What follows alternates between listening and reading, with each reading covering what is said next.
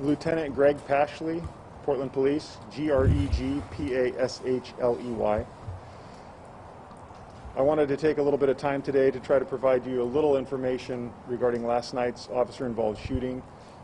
As you know, we released an update a couple hours ago, and I don't have a lot of new information for you, but I want to reiterate what was sent out in that press release.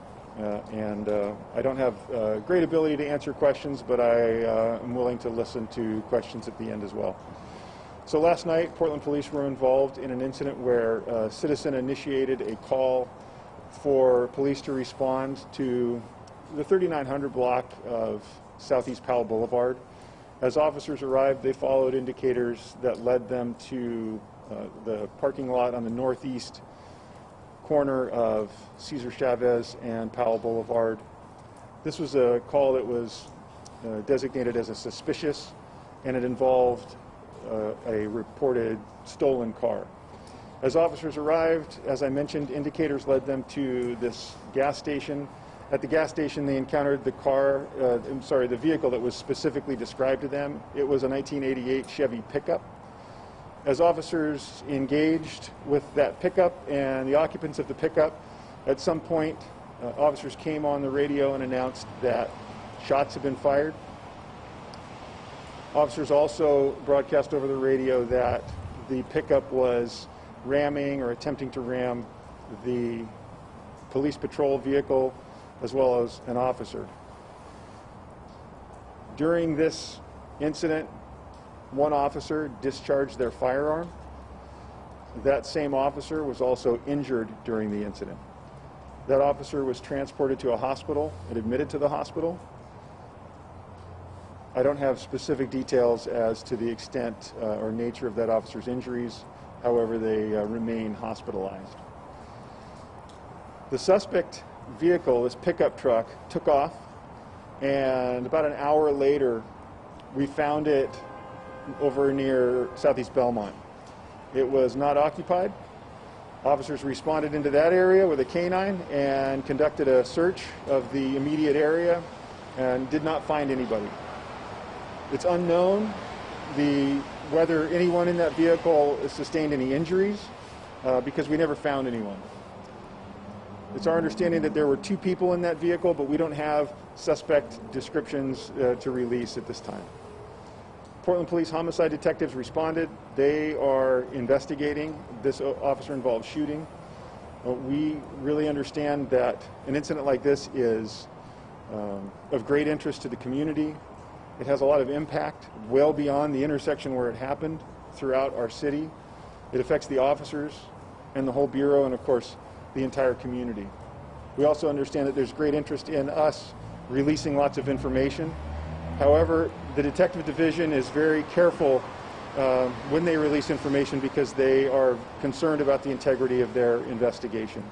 And so the police have to weigh and balance this need to release information, but also the need to keep information close to the investigation so that they can do their jobs, try to solve this. And that's what's going on right now. So we ask for the community's patience as we continue to investigate, and we will continue to release information as the detectives make it available. I can take a couple of questions on that, keeping in mind that I really have limited information beyond what I've already said. Go ahead. And then you. So you understand that there's great public interest, so say there's great public interest to understand the circumstances as well of when these shots were fired. Were shots fired at the officers?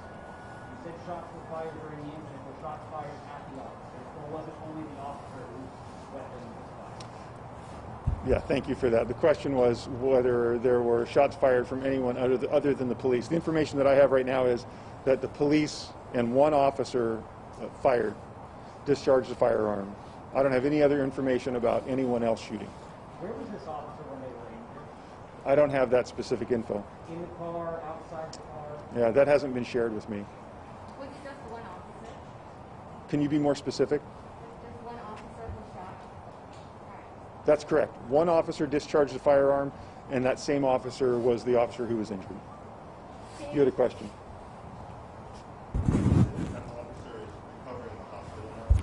That's correct. Max?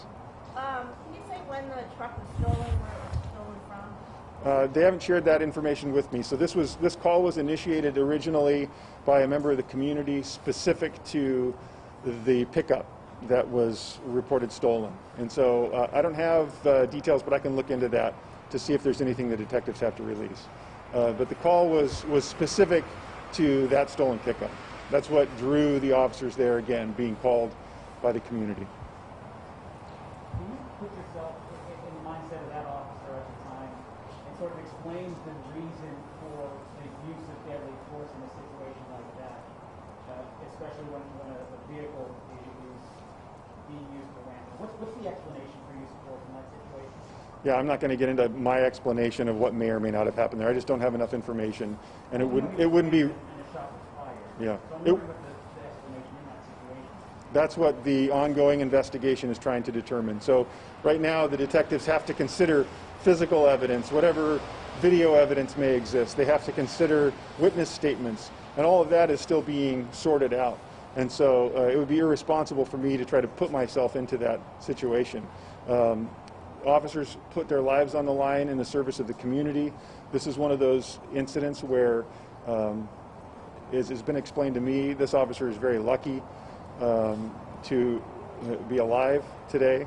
And so we're grateful for that, of course. We're concerned about the recovery of this officer, and we're also concerned about the detectives being able to thoroughly and methodically work this case. And so I don't want to try to answer hypotheticals by placing myself into that scenario. So the officers recovering, are they going to be on leave pending the investigation? That is, yeah, anytime an officer discharges a firearm in the performance of their duties, they're placed on leave. So there's an investigation that's conducted by the homicide division, but then there's also sort of a parallel investigation that is underway. Last night at the scene, members of the Internal Affairs Division, members of the Independent Police Review are present on the scene. They began immediately making sure that the investigation into the administrative part of this whole incident is done properly and in the interest of the community holding police accountable. That's all underway, and it happens at the exact same time. Was there any indication when the calls came in that the officers were out of their cars at any point, do you know? I do not know. Or if there was any communication between the officers and those in the stolen vehicle? I can ask and hopefully have that for a future update. Anything else on this? Yeah, other than the officer being a 15-year veteran, what can you tell us about them? That's all that I have to tell about. They were on this call. They were working. It's an officer who was one of the ones dispatched to this call, but I don't have any sort of biographical information or other information to release. Which precinct would that be? So the intersection is actually in East. It's in the border. The gas station is in East Precinct. The call was initiated to Central Precinct officers, and that may be by virtue of where the person was calling from or some intersection that they named. So it's Central Precinct officers that initially respond. On a call like this, as you can imagine, it winds up taking a lot of resources, and so since it's a border, Cesar Chavez is a border between the two precincts, there were officers from various precincts involved. That officer still in the hospital right now? The officer is still hospitalized. We'll update any kind of details as to if that changes or if the officer's released. We hope to eventually have the officer's name. Right now, however, we want to make sure that that officer's family members are properly notified about this incident so they know what happened to their loved one, and also that they know that the officer is recovering. We also have to keep the safety of the officer in mind as they're in a hospital. Yeah, so we'll release the name as soon as we can. Usually that's... Any video evidence at this point? It's my understanding that there's video, however, I haven't seen it. There's video in so many places these days. This happened at a gas station. It's very common for there to be video at gas stations, so the detectives will be interested in looking at whatever evidence is available, whether it's video, physical evidence, and of course witness statements. So they're actively looking for the occupants of that stolen vehicle? Absolutely. The detectives are following up with whatever information that they have, and they're very interested in trying to figure out who was driving that car and where they are so they can talk to them. So are you putting out any information on the vehicle or description of the suspect? So about an hour after all this happened, the officers found the vehicle, and so that vehicle is secure. No, detectives haven't released any suspect information right now. If it becomes necessary or useful to their investigation, that's something that they may do, but they don't always. At this time, is it a dangerous public? What was the question? At this time, are the suspects who are dangerous to the public or not? It's difficult to say whether they are or not. We know that there was an encounter last night that caused injury to a police officer that resulted at some point in the discharge of a firearm, which is all very dangerous. But as to what's going on with them now or what kind of danger they pose, very difficult to speculate. Was there any indication that the occupants of the stolen vehicle were armed with any firearms? I don't have any information about that. Are those suspects in the stolen vehicle, were they injured? As I mentioned before, when the vehicle was found, it was unoccupied, and we don't know whether anybody was injured. Right. Any indication in the truck when you found it an hour later whether there was any blood from them being shot or any other signs? So that's an investigative detail that is important to the detectives that hasn't been shared with me for release. So I don't know. I don't know much either about the incident that happened this morning. There was a homicide. Does anyone have or have any interest in me giving my very brief summary of that? Yeah. Can you give a brief summary of what happened, what you know? Whatever I know, I will. So this morning, totally separate incident now. On Northeast Holiday, Portland Police responded to a number of calls from community members who were reporting some sort of disturbance in an apartment complex on Northeast Holiday. Multiple people reported hearing gunfire. Police responded. A situation like that where you have an apartment building in an unknown situation with gunfire is obviously very dangerous. And so officers formulated a plan, approached, and determined through as quickly as they could that there was evidence that someone had been injured. They continued that investigation and fairly quickly realized that there was a person who was deceased. This all apparently happened in an apartment there. I don't know the relationship between any of the people involved. The detectives have said that there was also another person injured in this incident. That person was taken to a hospital. I don't have the nature of their injuries or their status right now. This also is under investigation. We've released the information that we have. We've shared the detectives' names and contact information, so if anyone has information about this incident, we would be interested to have them share that with our detectives. I think it's worth noting that the Portland Police Bureau is not a very large department, and it's essentially the same group of detectives that were up last night working this officer-involved shooting that are now working on this homicide, which, as many of you have reported throughout the year, is we're at the 1 week level for homicides in the city now. I would just slightly surpass that. And so these detectives are working very hard on both those cases. The cases are all individually important, and so they're doing whatever they can to follow up whatever leads that exist in this homicide. Are you able to just comment on the current gun violence situation that's happening right now? As you mentioned, there's a lot of happening. What is your reaction to that? Well, it's awful. My reaction to the gun violence is that it's awful. We've had hundreds and hundreds of shooting incidents, over 225 people hit during those incidents.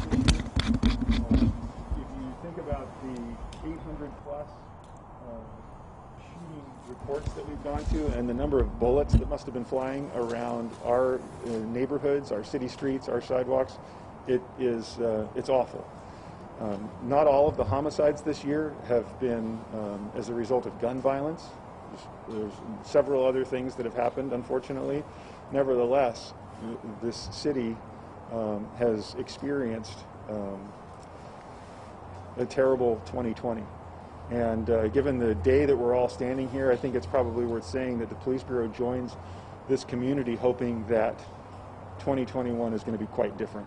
We're hoping that we can be some part of and join with the community and to try to create peace in this city so that it can be the type of place that we all know it can be and that we can live and work in peace. Are there any plans that you guys are working on for the next year to help address that? I apologize, I couldn't hear you over the bus. No, that's okay. Are there any plans for the next year to address gun violence that we see? Every day that the Portland police go to work, we want to address all the crime that's going on in this city. Our interest is to faithfully serve this city, the people who live and work and come to play, hopefully, in the city of Portland. And so every day coming to work, officers' plan is to address whatever's happening in front of them. Specific plans to address the gun violence are in the planning phases right now. It's difficult under the circumstances. We hope that people utilize whatever community resources are available to help them steer themselves, their loved ones, their friends away from acting out in that way. The police have a role to play in that.